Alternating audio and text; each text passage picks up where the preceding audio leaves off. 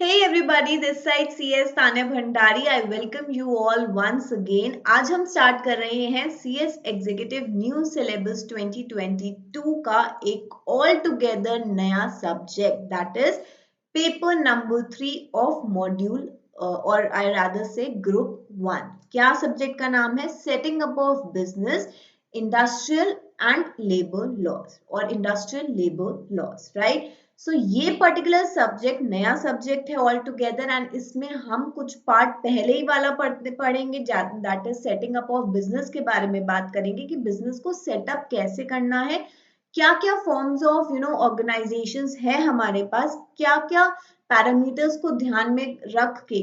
अगर ऑब्वियसली हमारा पहला चैप्टर तो हमेशा से यही रहा है ना कि भाई आपको डिसीजन किन फैक्टर्स के ऊपर लेना है. सो जब हमारे फैक्टर्स डिटरमाइन हो गए और हमें पता है कि मुझे क्या बिजनेस करना है, everything is very much clear, तो हम एक पर्टिकुलर फॉर्म ऑफ ऑर्गेनाइजेशन को सिलेक्ट करते हैं और बिजनेस उसी पे ही करना चाहेंगे.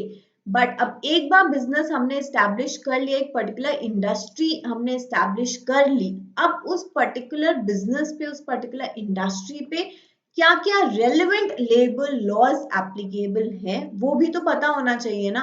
देखो लेबर लॉज अब हम वापस से आप बोल सकते हो कि इंफ्यूज किया गया है इन दी रिस्पेक्टिव मॉड्यूल्स. पहले के टाइम पे या मैं बोलूं कि हमारे प्रीवियस जब मैं सिलेबस की बात करती हूँ मतलब 2017 से भी पहले, तो obviously labour laws were the part of CS executive, correct. But उसको फिर से जब नीड्स को ध्यान में रखते हुए एंड जब भी अमेंडमेंट्स होते हैं, चेंजेस होते हैं, तो इसको वापस से हटा दिया गया था, लेकिन अब फिर से हमारे सब्जेक्ट में इनकॉर्पोरेट कर दिया गया है. तो अगर अब मैं बिजनेस को एस्टैब्लिश कर रही हूँ तो बहुत इंटरेस्टिंग है ये जानना कि मेरे बिजनेस पे क्या क्या लेबर लॉज एप्लीकेबल है, सो दैट एक एम्प्लॉयर एम्प्लॉई का जो रिलेशन है वो एक स्ट्रॉन्ग रहे एंड ऑब्वियसली दोनों की जो राइट्स हैं उसको प्रोटेक्ट करके ही हम बिजनेस करना चाहेंगे. तो मुझे बहुत इंटरेस्टिंग लग रहा है ये particular subject labour laws and I hope आपको भी बहुत अच्छा लगेगा. तो चलिए स्टार्ट करते हैं with chapter number 14 that talks about constitution and labour laws. Now एक क्वेश्चन है, आप बोलोगे मैम कॉन्स्टिट्यूशन का यहाँ पे क्या काम. हमें पता है कि जब जीआईजीएल एक सब्जेक्ट है, अभी भी है, उसमें चैप्टर नंबर 2 हम पढ़ते थे कि कॉन्स्टिट्यूशन के बारे में. मैम 100 पेजेस का वो चैप्टर था. I totally agree with you कि वो 100 पेजेस का चैप्टर था, काफी डिटेल में हमने कवर किया है सब कुछ, आई अग्री. अब मैम फिर से कहाँ से आ गया constitution? So the point is कि कॉन्स्टिट्यूशन की अगर मैं बात करूं, कॉन्स्टिट्यूशन में जो हमें पार्ट 3 के अंदर फंडामेंटल राइट्स दिए गए हैं, वो उनको कैसे हम लेबर लॉज मतलब कैसे दो चीजें साइमल्टेनियसली हम इंश्योर करके चलते हैं कि मेरी फंडामेंटल राइट्स है कि भाई राइट टू इक्वालिटी, डिस्क्रिमिनेशन नहीं होना चाहिए, equal opportunity, equal pay for equal work अगर मैं बात करूं. और अगर हम भाई अलग अलग रिस्पेक्टिव राइट्स की बात करें, जो हम आर्टिकल 14 की बात करूं, 16 की बात करूं, 21 की बात करूं, तो उनको इंश्योर कैसे करता है मेरा लेबर लॉज वो हम पढ़ेंगे. तो दोनों के बीच में हम इस पर्टिकुलर चैप्टर में कनेक्टिविटी की बात करेंगे, करेक्ट.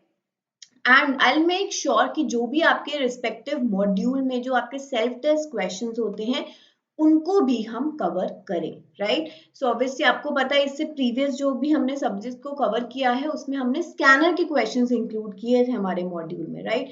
लेकिन अभी क्योंकि ये नया चीज है, अभी भी एक भी अटेम्प्ट नहीं हुआ है, दिसंबर में होने वाला है, तो ऑब्वियसली उससे रिलेटेड क्वेश्चंस हमारे पास अभी नहीं है कि क्या आया हुआ है एग्जाम में, बट क्या आ सकता है वो हम मेक श्योर करके चलेंगे. तो चलिए स्टार्ट करते हैं.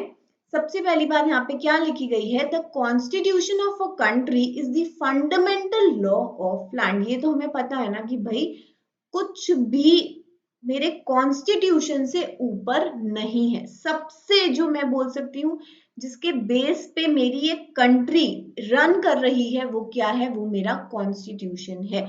आज आप और मैं हम कितनी सारी फ्रीडम्स हैं हमारे पास, वो हम किस हक से उसको इंजॉय कर पा रहे हैं, वो अपने कॉन्स्टिट्यूशन के बेसिस पे हम उन सबको एंजॉय कर पा रहे हैं. तो ये क्या बोलता है कि भाई कोई भी चीज मेरे कॉन्स्टिट्यूशन से ऊपर नहीं है. सबको पावर कहाँ से दी गई है? कॉन्स्टिट्यूशन से मिली है। अब अगर मैं 3 विंग्स की बात करूं कि भाई ये हुआ कि लेजिस्लेटिव जो मेरे लॉज को बनाते हैं, एक बार मेरे ऑब्वियसली नीड्स को समझ के, जनरल पब्लिक की नीड्स को समझ के, कहाँ पे किस तरीके से डेवलपमेंट चाहिए, उन सब चीजों को समझ के मेरे लॉज बनते हैं। एक बार जब मेरा लॉ बन गया, एक्ट बन गया, उसके बाद उसको इम्प्लीमेंट मेरी एग्जीक्यूटिव, अगर मैं बात करूं कि भाई 3 चैनल्स हैं, तो लेजिस्लेटिव, एग्जीक्यूटिव एंड जुडिशरी। फिर आ जाता है रोल एग्जीक्यूटिव के पास कि भाई उनकी रिस्पॉन्सिबिलिटी है कि जो मेरा एक्ट बना है, जो मेरा लॉ बना है, उसको सही तरीके से इम्प्लीमेंट कराना। And once it is done, तो जुडिशरी का रोल आ जाता है कि भाई चीजों को चेक करो, कोई भी अगर गलत चीज इम्प्लीमेंट गलत तरीके से हो रही है, कोई उसके लिए आवाज उठा रहा है, तो उन सारी चीजों को सुनना, रिजॉल्व करना, एक मॉनिटर चीजों को करना मेरा जुडिशियल का काम हो जाता है। करेक्ट। सो ये बोलता है कि ठीक है, 3 विंग्स हैं, सब कुछ है, लेकिन सबको पावर कहाँ से आई है? मेरे कॉन्स्टिट्यूशन से आई है। Every organ of the state, be it executive, legislative, or judiciary, derives its authority from the constitution, and there is no authority, no department or branch of the state which is above the constitution or has been vested with unfettered or unrestricted powers by the constitution. तो सबसे ऊपर हमारे लिए constitution है, right. Then अच्छा, यहाँ पे एक वर्ड और यूज किया गया, स्टेट का। तो अब बैक टू आ जाओ हमारे कॉन्स्टिट्यूशन के चैप्टर में, वहां पे हम आर्टिकल 12 के अंदर स्टेट की डेफिनेशन को पढ़ते हैं, और हम बोलते हैं कि भाई जो ये डेफिनेशन हम पढ़ रहे हैं ना स्टेट के आर्टिकल 12 में, वो कहाँ कहाँ, मतलब उसका जो दायरा है या उसका स्कोप है, वो कहाँ तक है। तो हम बोलते हैं कि भाई फंडामेंटल राइट्स एंड हमारे जो आर्टिकल 36 हमारे directive principles of state policy जो है, वो वहां पे जब भी स्टेट का वर्ड यूज होगा, वो डेफिनेशन जो हम आर्टिकल 12 में पढ़ते आए हैं, उसका स्कोप मेरे फंडामेंटल राइट प्लस मेरे डायरेक्टिव प्रिंसिपल तक रहेगा। ठीक है। तो स्टेट क्या है, तो हमने ठीक है बात करी कि स्टेट में 4 तरीके से हमें बताया है। पहली बात तो ऑब्वियसली हमें पता है कि मेरा legislative and executive organ of the union government. तो इन शॉर्ट और इन अ वेरी लेमन लैंग्वेज मैं बोल सकती हूँ कि मेरा जो सेंट्रल गवर्नमेंट है वो स्टेट है, राइट। कि भाई उनके पास सॉवरेन फंक्शंस की पावर है, सब कुछ, मतलब जो भाई पता है सबसे ऊपर मेरी सेंट्रल गवर्नमेंट, अगर मैं लेयरिंग की बात करूं, राइट, या मैं चेन की बात करूं, तो सबसे ऊपर मेरी central government. Obviously central government हो गई, that is Indian government, then comes the Indian parliament, that means both houses of the parliament, लोक सभा, राज्य सभा, इन ये क्या कहलाई जाएंगी? ये स्टेट में आती है।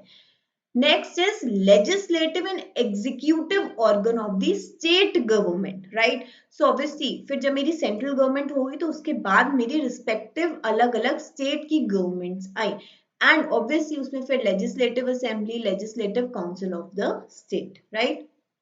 तो ये 2 चीजें तो मेरी फिक्स है कि ये तो स्टेट है ही है। बात आती है मेरे पॉइंट 3 से कि इसके अलावा और क्या, तो हमने बोला all local authorities, and mind you ये डेफिनेशन हमने क्या पढ़ी थी, ये क्या है? ये मेरी इंक्लूसिव डेफिनेशन है। दैट मीन्स ठीक है, जो यहाँ पे लिखा है सिर्फ और सिर्फ वही नहीं है, इसके अलावा और भी ऐसी चीजें इसमें इंक्लूड हो सकती है। It is a wider definition, इसका स्कोप सिर्फ और सिर्फ लिमिटेड नहीं है, क्योंकि यहाँ पे मीन्स नहीं यूज किया गया है, it includes. Correct. So point 3 में बोला गया कि ऑल लोकल अथॉरिटी, तो लोकल अथॉरिटी पे ठीक है भाई, हम स्टेट गवर्नमेंट तक तो आ गए थे, उससे और नीचे चले जाओ तो हमने बोल दिया कि मेरे पंचायत हो गया, डिस्ट्रिक्ट बोर्ड हो गया, म्यूनिसिपैलिटी हो गया, इस तरीके की जो बॉडीज हैं वो भी मेरी स्टेट की डेफिनेशन में आएंगी। एंड फोर्थ हमने बोल दिया statutory and non statutory authorities. तो स्टैट्यूटरी अथॉरिटीज क्या है? बेसिकली वो सारी अथॉरिटीज जो मेरे एक्ट के थ्रू बनी गई है, राइट। और नॉन स्टैट्यूटरी में कि उनके लिए कोई स्पेशल एक्ट पास नहीं हुआ है, राइट। तो ये मेरी स्टैट्यूटरी एंड नॉन स्टैट्यूटरी की डेफिनेशन हो गई। तो ये सारी चीजें मेरे आर्टिकल 12 में, इनको किसका नाम दिया गया है? इनको नाम दिया गया है स्टेट का। करेक्ट। तो अब हम जब भी फंडामेंटल राइट या फिर अगर मैं अपनी directive principles of state policy DPSP की बात करूंगी और जहां पे भी स्टेट वर्ड आएगा, we already know that in what context we are studying or we are using the term state. अब बात आती है इंडस्ट्रियल रिलेशन की। तो क्या बोलता है कि industrial relation affect not merely the interest of labour and management but also the social and economic goal to which the state is committed to materialise. अब देखो, गवर्नमेंट क्यों जरूरी है? मतलब हम आपस में भी तो फंक्शन कर सकते हैं ना, क्या वो पॉसिबल है? आप बोलोगे मैम नॉट एट ऑल, क्योंकि हम एक घर में ही एक डिसीजन पे सब लोग मिलकर नहीं पहुंच पाते, तो देश को सब मेजॉरिटी के साथ मिलके कैसे चला सकते हैं? तो उसके लिए ही हमने अथॉरिटीज डिवाइड कर दी, राइट, जिनको हमने रिस्पेक्टिव डेफिनेशन में स्टेट का नाम दे दिया।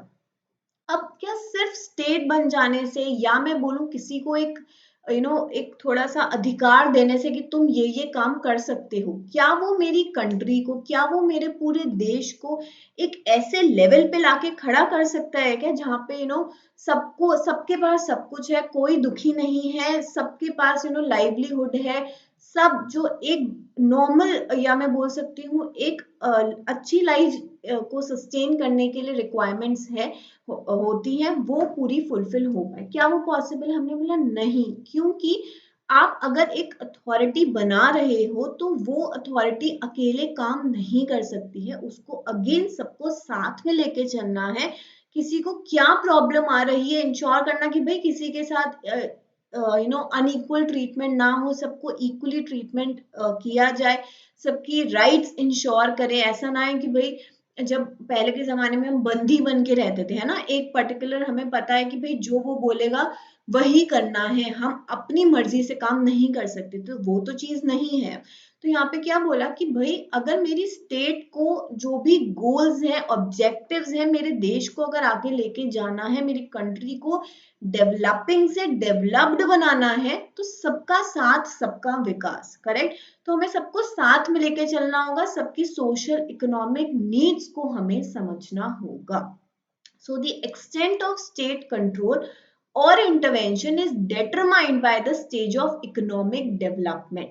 अब यहाँ पे अगेन बात आती है कि अगर मैं डेवलप्ड कंट्री की बात करूं, एज इन अगर मैं obviously based on the GDP अगर मैं बोलती हूँ US, UK, Canada, Japan, right, और भी अगर मैं बात करती हूँ इटली, अगर ये सारी कंट्रीज की अगर मैं बेसिकली बात करूँ कि वो मेरी डेवलप्ड कंट्री कहलाई जाती हैं, तो वो किस बेसिस पे कहलाई जाती है? और क्या वहां पे जो मेरे इंडिया में हम करते हैं ना कि भाई यूनियंस बन गई, स्ट्राइक हो गई, ठीक है, हमने जिसको हम बोलते हैं चक्का जाम कर दिया कि अब हम काम ही नहीं करेंगे, पहले हमारी ये डिमांड पूरी करो तभी काम होगा, क्या कभी ऐसा बाहर सुना है? डेवलप्ड कंट्रीज की मैं बात कर रही हूँ, तो रेयरेस्ट ऑफ रेयर हमने ये सारी चीजें सुनी होंगी। क्यों? क्योंकि वहां पे जब वो कंट्री एक ऐसे पैरामीटर पे पहुंच चुकी है, अब वहां के सिटीजन्स की इंडिविजुअल राइट्स को इंश्योर करने के लिए, उनको प्रोटेक्शन देने के लिए, उनको इन सब चीजों का सहारा नहीं लेना पड़ता है, क्योंकि ऑलरेडी वो सब इन सिंक हो चुके हैं। वेरिंग जब हम अपनी कंट्री की बात करते हैं ना, तो भाई यहाँ क्या हो रहा है कि अच्छा वेजेस नहीं बढ़ रही, चलो भाई सब स्ट्राइक करो, एक साथ सब रिजाइन करो, यही सारी चीजें होती हैं। या मैं बोलूं कि टाइमिंग्स के बारे में ले लो, नंबर ऑफ वर्किंग डेज के बारे में ले लो, जापान में हमने बोला 3 दिन 4 दिन काम हो रहा है, यहाँ पे इंडिया में 6 दिन भी कम पड़ रहे हैं काम करने के लिए। तो यही डिफरेंस है कि अब आप बोलते हो कि भाई अब एक है ना कि भाई मेरी पर्सनल लाइफ भी ऐसा थोड़ी, अगर तुमने मुझे 30 50 60 हजार पे रखा है या उससे ऊपर जो भी पैरामीटर पे आप मुझे रेम्यूनरेशन दे रहे हो, तो इसका मतलब ये थोड़ी है कि मैं 24/7 आपके लिए अवेलेबल हूँ। Not at all. आपकी कुछ वर्क लाइफ, कुछ पर्सनल लाइफ के अगेन पैरामीटर्स हैं, राइट। सो उनको हम अगेन वो चीजें धीरे धीरे फिर कहीं ना कहीं हमें कम होती हुई दिखती हैं, तो फिर हम एक साथ आते हैं, आवाज उठाते हैं, फिर नए लॉज आते हैं, चेंजेस होते हैं। लेकिन यही सारी चीजें डेवलप कंट्री में ऑटोमेटिकली इन सिंक है, राइट।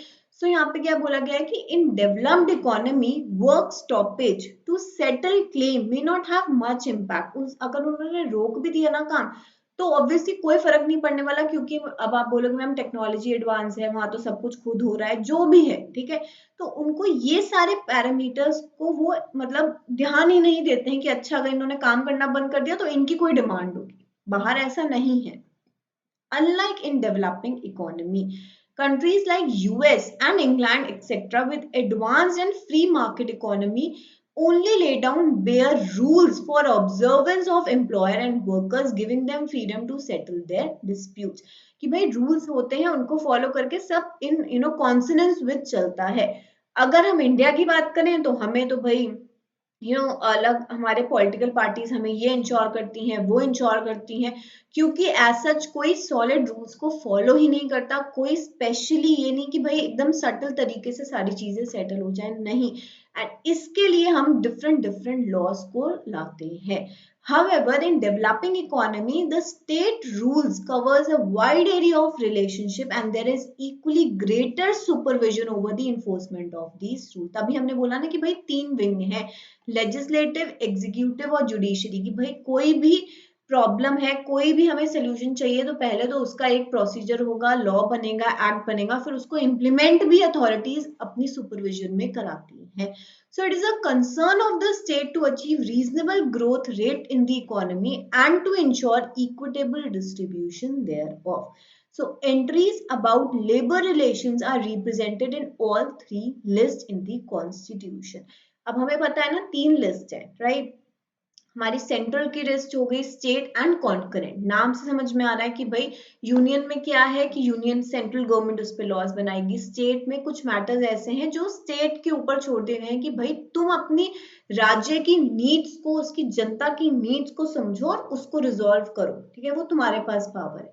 तीसरी आती है कॉन्करेंट लिस्ट, जिसमें कि तुम भी लॉ बना सकते हो और मैं भी लॉ बना सकती हूँ, राइट। स्टेट भी बना सकती है, सेंट्रल भी बना सकती है। तो हमारा जो लेबर लॉज है ना वो इतना इम्पोर्टेंट है हमारी इकोनॉमी के लिए, हमारी कंट्री के लिए, कि उसको हम डेवलपिंग से डेवलप लेके जाएं, एक अच्छी मतलब ऑब्वियसली सब कुछ इंश्योर करें। तो वो एक ऐसा टॉपिक है जो कि हमारी कॉन्करेंट लिस्ट में भी रखा गया है कि भाई स्टेट भी बना ले अकॉर्डिंगली अपने अपनी स्टेट की नीड्स को, उसके लोकल सिटीजन्स की नीड्स को ध्यान में रखते हुए अगर तुम्हें कुछ उस लॉ में चेंजेस करने हैं आप कर सकते हो। तभी हर स्टेट का अलग लेबल मतलब अलग अलग एक्ट हमारा चलता है in regards to labour laws, right.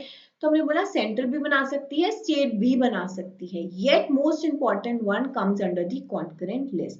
These are industrial and labor disputes, trade union, and many aspects of social securities and welfare like employers liability, कि तुम्हारे जगह पे काम करते हुए, फैक्ट्रीज की बात करूं जो लोग आज भी वेजेस पे काम करते हैं, एंड ऑब्वियसली हेजार्डस आपकी कुछ हेजार्डस इंडस्ट्रीज भी हैं जहाँ पे केमिकल्स के साथ या हाईली टॉक्सिक आपको सब्सटेंस के साथ काम करना है, एंड कुछ भी हो जाए, हैवी मशीनरीज है, किसी का हाथ कट गया, कुछ भी हो गया, तो भाई उसकी जिम्मेवारी कौन लेगा।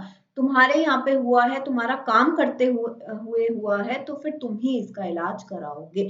तो बोलते हैं कि एम्प्लॉयर की लाइबिलिटी किस हद तक है, ठीक है, फिर एम्प्लॉयज को कैसे कॉम्पेंसेट किया जाएगा, कितना हद तक कॉम्पेंसेट करना बनता है, प्रोविडेंट फंड, राइट, आपकी old age pension, maternity benefit etcetera, thus the industrial dispute act, minimum wages act, Employees State Insurance Act etc. comes under the concurrent list, कि भाई सेंट्रल भी इस पे लॉ बनाए, स्टेट भी लॉ बनाए, और हर एक की नीड को इंश्योर करते हुए दोनों ही लेवल पे इस पे लॉज को बनाया जा सकता है।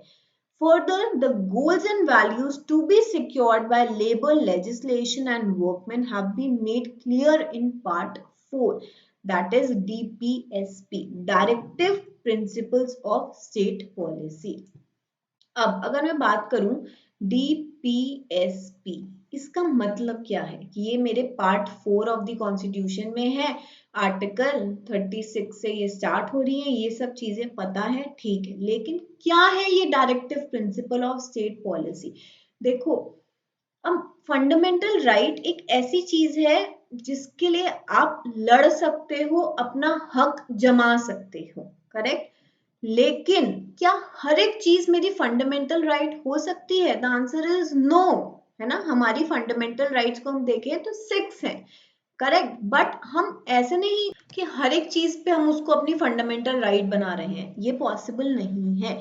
तो अब इसका मतलब क्या है कि भाई मेरी स्टेट को प्रॉपर फंक्शनिंग के लिए कुछ डायरेक्शंस हैं कि भाई ये पॉलिसीज को ध्यान में रख के आप चीजों को एग्जीक्यूट करो। तो जो मेरी directive principles of directive principles of state policy है, वो मेरी स्टेट को एक दिशा दिखाते हैं कि भाई इन दिशा में आपको काम करना है, with respect to these matters आपको आगे बढ़ना है, करेक्ट। अभी हम आगे पढ़ेंगे भी कि डीपीएसपी जो मेरे directive principles of state policy है वो नॉन लीगली इन्फोर्सेबल है। दैट मीन्स उसके लिए आप कोर्ट का दरवाजा नहीं खटखटा सकते हो, कोर्ट आपको वो मतलब इंश्योर नहीं कर सकता है कि भाई अगर ये चीज आपकी आपके डीपीएसपी में लिखी गई है, जैसे मान लो राइट टू वर्क, ठीक है, अब आपकी ये चीज वॉयलेट हो रही है तो मैं कोर्ट के पास नहीं जा सकती हूँ कि मेरा वॉयलेशन ऑफ डीपीएसपी है तो मुझे इस पे आवाज उठानी है, नहीं। वेरिन अगर मेरी फंडामेंटल राइट ब्रीच होती है तो obviously they are legally enforceable, तो मैं कोर्ट के पास जा सकती हूँ। तो मेन डिफरेंस फंडामेंटल राइट और डीएसपी में यही है कि वो नॉन जुडिशियल, हम जुडिशरी का दरवाजा नहीं खटखटा सकते हैं। तो पर्पस क्या है, पर्पस ये है कि वो मेरी स्टेट को एक डायरेक्शन देती है कि भाई आपको इस दिशा में जाके लॉज बनाने हैं, इस दिशा में काम करना है। जैसे राइट टू एजुकेशन, ठीक है, वो मेरी पहले फंडामेंटल राइट नहीं थी, करेक्ट, लेकिन वो मेरा एक डीपीएसपी था।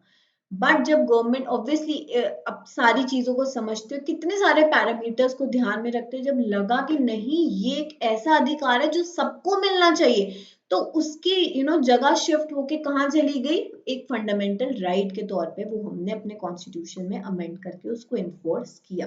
तो डीपीएसपी हमारी फंडामेंटल राइट की तरह हम उनको लीगली इन्फोर्सेबल नहीं कर सकते हैं, वो सिर्फ और सिर्फ एक दिशा दिखाते हैं। एज एन अब मैं आपको पॉलिटिकल पार्टीज का अगर हम बात करें तो जैसे इलेक्शंस आ रहे हैं, ठीक है, चाहे वो सेंटर के हैं, स्टेट के हैं, कोई भी इलेक्शंस हैं, तो जो भी कैंडिडेट होता है वो आपको कितनी सारी चीजें प्रॉमिस करता है, वो सारे जो प्रोमिस होते हैं ना, आप हमेशा देखना वो आपके हमेशा डीपीएसपी में ही गवर्न होते हैं कि भाई आपको अच्छा लाइवलीहुड मिलेगा, आपको अच्छा एनवायरनमेंट मिलेगा, ठीक है, बेसिक चीजें जो होती हैं वही गवर्न की जाती हैं। सोशल सिक्योरिटी मिलेगी, इक्वल पे, इक्वल वर्क, मेरे वुमेन का इतना कोटा होगा या आपको इतनी रिजर्वेशन मिलेगी, जो भी है वो सब इन्हीं चीजों पे खेलते हैं। आपको यही चीजें क्या करते हैं, इंश्योर कराते हैं कि भाई अगर हम जीत गए ना तो आपको ये सारी अधिकार मिलेंगे ही मिलेंगे, करेक्ट। सो बस वो एक दिशा दिखा रहे हैं कि मेरी गवर्नमेंट को किन जगह पे फोकस करना है, कहाँ कहाँ पे और नए नए लॉज आ सकते हैं जिससे कि मेरी कंट्री में उन चीजों पे इक्वल तरीके से हर एक किसी का अधिकार हो, correct.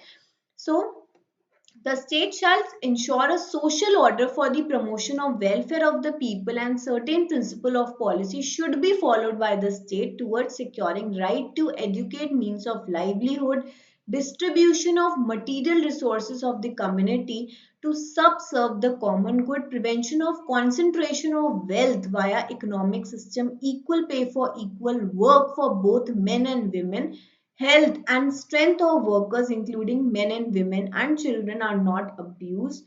Participation of workers in the management of industries, just and human condition of work. जैसे हम फैक्ट्रीज एक्ट में पढ़ते हैं ना कि proper lightning, proper ventilation, proper environment होना चाहिए, तो ये सब उसी के अंदर फॉल होता है। And that childhood and youth are protected against exploitation, exploitation and against moral and material abandonment, right. फिर बात आती है industrial laws are socio economic justice oriented. मतलब क्या है कि भाई जितने भी मेरे इंडस्ट्रियल लॉज बने हैं, ठीक है, हम सारे लॉज आने वाले चैप्टर्स में एक एक करके कवर करेंगे। तो जितने भी मेरे इंडस्ट्रियल लॉज है ना वो मेरे सोशो इकोनॉमिक मतलब उनको जस्टिफाई करते हैं कि भाई हर एक के लिए वो लॉस हो, मेरे पब्लिक की सेफ्टी के लिए हो, पब्लिक हेल्थ के लिए हो, उनको प्रिविलेजेस दी जाए, ठीक है। जो मेरे लेबर लॉज हैं उनको और स्ट्रेंथन किया जाए, सबको एजुकेशन मिले, कोई किसी भी तरीके की सोशल इनसिक्योरिटी ना रहे, इन सबको ध्यान में रख के ही बनते हैं। नाउ आपको जितना भी इटैलिक्स में ये दिखेगा ना, right, these are your self test question, self test questions जो आपके मॉड्यूल में ऑब्वियसली हर चैप्टर के जो बैक में आपके सेल्फ नॉलेज असेसमेंट बोल लो या सेल्फ टेस्ट क्वेश्चंस बोल लो, ये वो हैं। तो वो भी हम हर एक चैप्टर में कवर करके चलेंगे कि भाई अगर ये आता है एग्जाम में तो इस पे मेरा क्या आंसर होना चाहिए। तो जितना मेरा मटेरियल मेरे नोट्स में आपको दिया गया है, that is more than sufficient. आप बस ये मान लो कि ये सारी चीजें मेरे आंसर में आनी ही आनी है। अब इसको मैम क्या मैं पूरा रट लूं? Not at all. मैं आपको क्यों आ रही हूँ पढ़ाने? समझाने के लिए। अगर मुझे देखो कोई भी चीज समझ आती है ना, फिर मुझे उसको याद रखना वो थोड़ा इजी हो जाता है। और जब एक बार याद है तो उसको बस आंसर कैसे लिखना है, क्या कीवर्ड्स आने चाहिए, वही खेल है जो आपको मैं बोल सकती हूँ 59 से 65 या और पार कराता है, या मैं बोलूँ 39 से 40 का जो लेके आता है ना, ये एवरेज मान लो, चलो ना तेरी ना मेरी 50, 55, 60 जो क्रॉस कराता है, 70 तक लेके जाता है, वो यही पूरा खेल है कि आप अपने आंसर्स को प्रेजेंट कैसे करते हैं, आप कितना अच्छे तरीके से आपको वो टॉपिक आता है। This is not your BCom जिसमें आपने अच्छा एक बार समझ लिया तो बस अपनी ग्राम कहानी कहाँ कहाँ से लिखते चले गए, नहीं, टू द पॉइंट आंसर होना चाहिए। तो अब जैसे क्वेश्चन है, industrial laws are socio economic justice oriented, comment. ठीक है, अब मतलब ये क्या बोल रहा है आपसे कि जितने भी मेरे इंडस्ट्रियल लॉज हैं वो किनको ध्यान में रख के बनाए गए हैं? सोशो इकोनॉमिक जस्टिस को। अब आप इसके बारे में बताओ, कमेंट करो। तो हमारा आंसर क्या होगा? The concept of social justice is to innate and demonstrate in the industrial laws of our country। And जो भी आपको नया वर्ड लगता है ना, जैसे यहाँ पे है अनेट, ठीक है, तो इसका मतलब क्या है? आप ऑल लेमन लैंग्वेज में लिख सकते हो that given by birth, correct, और इनबॉर्न। दैट मीन्स ये मेरा जन्म से ही जन्म सिद्ध अधिकार। क्या है मेरा जन्म सिद्ध अधिकार? कि सोशल जस्टिस मिलना हर किसी को जन्म सिद्ध अधिकार है। सोशल जस्टिस में क्या आता है कि मुझे पढ़ने का अधिकार है, मेरे को मूवमेंट का अधिकार है, मेरे को बोलने का अधिकार है, पीसफुली रहने का अधिकार है, सही इन्वायरमेंट में रहने का अधिकार है, ये सब कुछ मेरा सोशल जस्टिस में आता है। तो बोलता है ये सोशल जस्टिस ना हमें इन बर्थ, बाय बर्थ ही, जैसे जन्म हुआ वैसे ये सारे अधिकार हमें मिल जाते हैं। और यही सारी चीजें मेरे इंडस्ट्रियल लॉज में डेमोन्स्ट्रेटेड है। As proclaimed in the preamble of the Constitution and DPSP, the industrial jurisprudence of the country is founded on the basic idea of socio-economic equality, and its aim is to assist the removal of socio economic disparities and equality। तो मैं सबसे पहली line अपने answer में क्या लिखूंगी कि concept क्या है सोशल इकोनॉमिक जस्टिस का, कि भाई वो मेरा जन्म सिद्ध अधिकार है, ठीक है, ये एक लाइन लिखी। उसके बाद मैं यहाँ आ जाऊंगी कि the basic idea of social economic justice क्या है, कि सबको इक्वली वो सारी बातें जो हमने पढ़ी है ना, कि एजुकेशन हो गया, अच्छा इन्वायरमेंट हो गया, हर एक को इक्वल अपॉर्चुनिटी मिल रही है, सोशल स्टेटस मिल रहा है, जितनी भी हमने ये सारी चीजें पढ़ रहे हैं, ठीक है, कि पब्लिक सेफ्टी, पब्लिक हेल्थ, जितने भी और बेनिफिट्स हैं सबको इक्वली मिले, ये मेरा सोशो इकोनॉमिक जस्टिस है। तो इसको इक्वली प्रोवाइड करना मेरे ऑब्वियसली क्या है, यही मेरा बेसिक आइडिया है। और क्या चीज हटाना? इन पैरामीटर्स पे इनइक्वालिटी को हटाना ही ऑब्वियसली आइडिया है हमारा। So the concept of social justice is though not limited to any particular branch of legislation, its scope is comprehensive and is founded to the basic ideals of socio-economic equality, and it aims at assisting the removal of socio-economic disparities। वही सारी बात लिखी है, inequalities जो अगर birth से, कि भाई अगर कोई छोटी जगह पे किसी का बर्थ हुआ है तो इसका मतलब ये नहीं कि उसको प्रिविलेजेस नहीं मिलेंगी, वो सारी चीजों से वंचित रहेगा, नहीं, उसके पास भी वही अधिकार है जो एक मेट्रोपॉलिटन सिटी में कोई रह रहा है उसके पास है, right? And competing claims especially between the employers and workers by finding a just and fair equitable solution to their human relation problem so that peace bani rahe, harmony rahe and collection of highest order prevail among them which may further the growth and progress of nation. And in सबको ही ध्यान में रखते हुए क्या बोला गया कि employer employ के बीच में एक जस्ट एंड फेयर रिलेशन होना चाहिए कि भाई जितना मैं काम कर रही हूँ उसके हिसाब से आप मुझे पैसे पे करोगे। एंड वो जो मिनिमम वेज होगी ना, मिनिमम वेज एक्ट पढ़ा है ना, अभी हम पढ़ेंगे भी, वो क्या है कि भाई मेरी सरकार ने बोल दिया कि भाई इतना तुम पर डे के हिसाब से वेज मिलनी ही है। अब हमने बोला कि चलो 500 700 जो भी मेरा मिनिमम वेज रेट है as per the work I am doing वो मिलना ही मिलना है। अब अगर मैं आपको और समझाऊं, देखो वो तो वेजेस हो गई ना, जो भी भाई मेरी पर डे है मुझे हाथों का हाथ आज ही मिल जाता है, काम किया पैसे लिया गए, कल आए नहीं आए किसी और के पास चले गए, डज नॉट मैटर। एक है कि हम एज अ फ्रेशर, मान लो आपने कोई भी बीपीओ ज्वाइन किया, कुछ भी जस्ट टू गेन एक्सपीरियंस और just to enhance your communication skills, आपने कुछ कहीं पे ज्वाइन किया, करेक्ट? जिस भी रिस्पेक्टिव फील्ड में किया, मैं बोलती हूँ बहुत बेसिक जगह किया, बहुत बेसिक से आप एक एक्सपीरियंस गेन करने के लिए आपने कहीं ज्वाइन किया, तो पहले के टाइम पे क्या होता था कि मिनिमम जो आपका स्लैब होता था ना वो था कि पर मंथ की मैं बात कर रही हूँ 12,000 पर मंथ एक फ्रेशर को मिलता था। फिर धीरे धीरे एक्सपीरियंस गेन होता था तो फिर वो आगे बढ़ते थे। अब क्या है कि मिनिमम आपका डिफरेंट फील्ड्स का अलग है ऑब्वियसली, तो आपका अब मिनिमम क्या कर हो गया है रिस्पेक्टिव, अब हर जगह पे देखोगे भाई 18,000 है। आप बीपीओ भी कोई ज्वाइन करोगे ना वहां पे भी मिनिमम एज अ फ्रेशर आपको 18-17,000 मिलते ही मिलते हैं। एक रेप्यूटेटेड की मैं बात कर रही हूँ, ऑब्वियसली एक्सप्लॉयटेशन तो फिर है ही, उसकी तो कोई गिनती नहीं है, उसको ही तो इंश्योर हम यहाँ कर रहे हैं, है ना?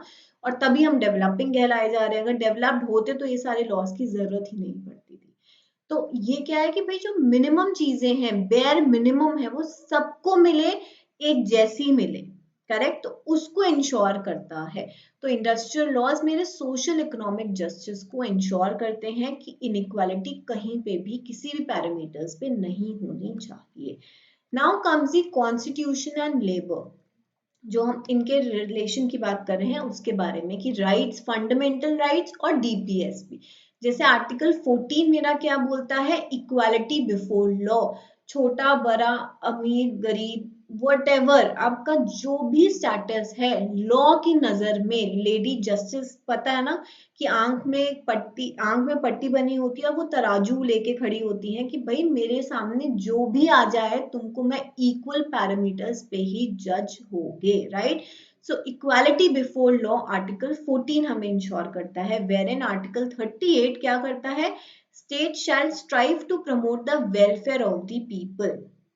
कि स्टेट ऑब्वियसली देखो ये सब क्या है, ये मेरे नॉन लीगली इन्फोर्सेबल है, इन सब के लिए मैं कोर्ट के पास नहीं जा सकती हूँ, बट मेरी जो सरकार है, मेरी जो गवर्नमेंट है, वो ये सारी चीजों को इंश्योर करती है, तो ऑटोमेटिकली ये सब भी अपने आप फुलफिल होता है कि भाई प्रमोट करेगी वेलफेयर ऑफ द पीपल। ठीक है, पीपल हर एक लेवल पे वेलफेयर को प्रमोट करना, किसी को भी गलत तरीके से ट्रीट कोई ना हो रहा हो, वही तो वेलफेयर हुआ। तो वो इन शॉर्ट क्या हो गया, इक्वालिटी बिफोर लॉ। 16 बोलता है equal opportunity in public employment, कि भाई अगर सरकारी, जब हम बोलते हैं ना कि हमारी पब्लिक सर्वेंट्स, अगर आप कोई भी पोस्ट आती है गवर्नमेंट के, ऑब्वियसली वैकेंसीज निकलती हैं, तो उसमें इक्वल अपॉर्चुनिटी हर किसी को मिलनी चाहिए। लेकिन हम जब ये पढ़ेंगे आर्टिकल 16 तो हम देखेंगे कि भाई फिर ऑब्वियसली उसमें रिजर्वेशन का अगर क्राइटेरिया है और कुछ आधार पे रिजर्वेशन बनाया गया है तो उसको हम वायलेशन ऑफ फंडामेंटल राइट नहीं बोलते हैं। आर्टिकल 39 क्या इंश्योर करता है, equal pay for equal work. Article 19 बात करता है कि हमारे पास हक है, अधिकार है बोलने, ऐसे 5-6 हमें के बारे में बताते हैं राइट्स की, कि आपके पास freedom of speech and expression है, फ्रीडम ऑफ मूवमेंट है, फ्रीडम टू फॉर्म एसोसिएशंस है। तो एक हम यहाँ पे बात करेंगे, क्योंकि हम इन कॉन्सोनेंस विद लेबर लॉज पढ़े हैं, तो हम वही सारी चीजें यहाँ पे कवर करेंगे जो मेरे लेबर लॉ से कनेक्टेड है, इंडस्ट्रियल लेबर लॉ से कनेक्टेड है। राइट टू वर्क आर्टिकल 41 में मेरा इस पे ऑब्वियसली गवर्नमेंट पॉलिसीज बनाएगी। देन राइट टू लाइफ एक अपने आप में ही बहुत बड़ा टर्म है। आर्टिकल 42 बात करता है provision for just and humane conditions of work. Then comes article 23। Article 42 provision for just and humane condition of work, right, obviously कि भाई प्रॉपर वेंटिलेशन है, प्रॉपर लाइटनिंग है, प्रॉपर मीन्स ऑफ इक्विपमेंट्स आपके पास है। Then article 23 prohibition of trafficking and forced labour. आपको पता है कि चाइल्ड ट्रैफिकिंग या विमेन ट्रैफिकिंग या अगर हम बात करें फोर्स्ड लेबर कि भाई आपसे काम ज्यादा पे कम, या फिर मैं बोलूं कि ट्रैफिक यह होता है कि भाई आपने काफी सारे बच्चों को एक साथ क्या कर दिया, बेच दिया किसी और को। तो ये सारी चीजें जो इंश्योर करता है कि ये सब चीजें ना हो, वो क्या है मेरा article 23। Then in 43 we have right to a living wage कि भाई इतनी वेज मुझे मिलनी चाहिए। हम पढ़ेंगे भी कि एक आज के इन्वायरमेंट में आज के सिनेरियो को ध्यान में रखते हुए एक इंसान अपने घर में सबको एक बेसिक फैसिलिटीज अपनी फैमिली को प्रोवाइड कर पाए, ठीक है, एक proper food, shelter, clothing plus education, medical needs, ये सब कुछ उस वेज से आपका इंश्योर हो रहा हो। Then Article 24 prohibition of child labor under the age of 14 and 43A talks about participation of workers in the management. तो ये सारी चीजें हम वन बाय वन करके सबको कवर करेंगे. That means we will talk about fundamental rights also as well as we will be talking about the directive principles of state policy. फिर बात आती है कॉन्स्टिट्यूशनल रेमेडीज की कि the traditional concept of locus standi. Locus standi क्या है कि भाई मेरे बिहाफ में क्या आप एक जनरल कॉज के लिए आवाज उठा सकते हो जहां शायद मैं वहां तक नहीं पहुंच पा रही हूँ, या हम बोलते हैं कि भाई आप अगर हम बोलें कि भाई जो लेबर है उसके साथ कुछ गलत हुआ, अब उसके पास इतने पैसे नहीं है कि वो एक एडवोकेट को हायर करे फिर कोर्ट में जाके लड़े, ठीक है, कि अगर एक हमने एक कहावत सुनी है कि ना, मतलब ऑब्वियसली हमने सुना है कि एक बार कोर्ट में चले गए तो पूरी जिंदगी आपको वहां पे अपने आप को घिसते ही रहना है, क्या सुनवाई आएगी।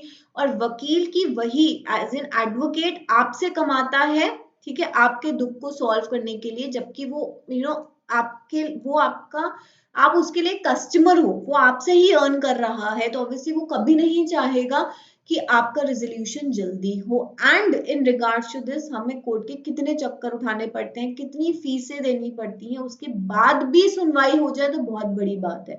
तो ये क्या बोल रहा है कि भाई एक अंडर प्रिविलेज जिसके पास इतने पैसे नहीं है, जस्ट इन केस कि वो एडवोकेट अफोर्ड कर पाए, तो क्या हम अब जब तभी तो गवर्नमेंट एडवोकेट्स को आपको आप देखोगे अगर कोई भी ऐसा केस है तो हमारे जो गवर्नमेंट के एडवोकेट्स होते हैं वो फिर आपके बिहाफ में केस को लड़ते हैं। क्यों? क्योंकि आप आवाज नहीं उठा पा रहे हो, क्योंकि आपके पास उतनी रिसोर्सेज नहीं है, लेकिन आपके बिहाफ में वो आवाज उठाई जा सकती है। बोलते हैं underwent sweeping changes, that means major changes in the modern age of public action and public interest litigation. In the famous case of SP Gupta and others versus President of India, इस case में क्या हुआ कि भाई emergency के time पे ना जजेस का ट्रांसफर होने लगा, करेक्ट। तो भाई आवाज उठाई गई कि किस बेसिस पे आप जजेस का ट्रांसफर कर रहे हैं। तो यहाँ पे क्वेश्चन क्या आया कि क्या एडवोकेट के पास ये राइट है कि वो जज, भाई एडवोकेट एक अलग पोजीशन पे है, जज एक अलग पोजीशन पे है, तो क्या आपके पास क्या अधिकार है कि आप वो जान पाओ कि आप किस बेसिस पे जजेस को आप उनके ट्रांसफर कर रहे हो। तो यहाँ पे क्या बोला गया, यहाँ पे लोकल स्टैंडी का प्रिंसिपल यूज हुआ कि भाई एक जर्नल क्लॉज, मतलब एक ऐसी चीज जो कि मेरी पब्लिक में अवेयरनेस उसकी होनी चाहिए, पब्लिक को जानने का अगर हक किसी भी चीज का बनता है तो उसके लिए आवाज उठाई जा सकती है, एडवोकेट इसके लिए आवाज उठा सकते हैं या केस लड़ सकते हैं। Correct. The question of locus standi was discussed as it was held where a legal wrong or a legal injury is caused to a person and to a determinate class of person by reason of violation of any constitutional or legal right, or any burden is imposed in contravention of any constitutional or legal provision or without authority of law, or any such legal wrong or legal injury, legal burden is threatened and such person or determined class of person is by reason of poverty, helplessness, disability, social economic disadvantages position, unable to approach the court, तो उनके खिलाफ मतलब उनके behalf में आप आवाज उठा सकते हैं कि भाई वो उतने वेल एस्टैब्लिश नहीं है, उतनी रिसोर्सेज नहीं है कि वो अपने हक के लिए लड़ पाए, और एक हक ऐसा जो कि बेसिक सबको इंश्योर होता है, ठीक है। उस हक के लिए अगर कोई नहीं लड़ पा रहा है तो हम उनकी आवाज बन सकते हैं, right. So unable to approach the court for relief, any member of the public can maintain an application for appropriate direction, order or writ in the High Court under Article 226 of the Constitution or Supreme Court under Article 32 of the Constitution seeking judicial redress for legal wrong or injury caused to such person or detriment class of person. की भाई constitution के पास क्या remedy, हम constitution को remedies के लिए भी refer कर सकते हैं। द आंसर इज यस, हमारे पास रिट्स हैं, हम सुप्रीम कोर्ट के पास जा सकते हैं, हम हाई कोर्ट के पास जा सकते हैं। एंड वहां पे जाने का भी क्या तरीका है कि भाई अगर किसी की फंडामेंटल राइट ब्रीच हो रही है और वो पर्सन आवाज नहीं उठा पा रहा है तो हम उसकी आवाज बन सकते हैं। तो ये कॉन्स्टिट्यूशन हमें इस बारे में ऑब्वियसली इसके लिए राइट प्रोवाइड करता है। तो ये क्या है, ये मेरी कॉन्स्टिट्यूशनल रेमेडी है। अब बात आ जाती है मेरी fundamental right and industrial relation की, करेक्ट, जिसमें हम अपनी fundamental rights in regards to industrial labour laws and DPSP को हम कवर करेंगे। तो ये क्लास हम यहीं तक रखते हैं। नेक्स्ट क्लास में हम fundamental rights and industrial relation से कंटिन्यू करेंगे।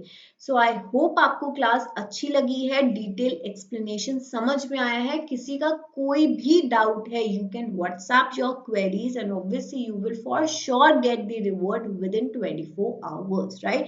एंड ऑब्वियसली जो बच्चों ने ऑलरेडी क्लासेस हमसे पढ़े हैं, ले चुके हैं, उनको पता है कि सोल्यूशन मिलना ही मिलना है। तो आप डायरेक्टली भी बात कर सकते हैं, आप अपने डाउट्स को रिजॉल्व कर सकते हैं।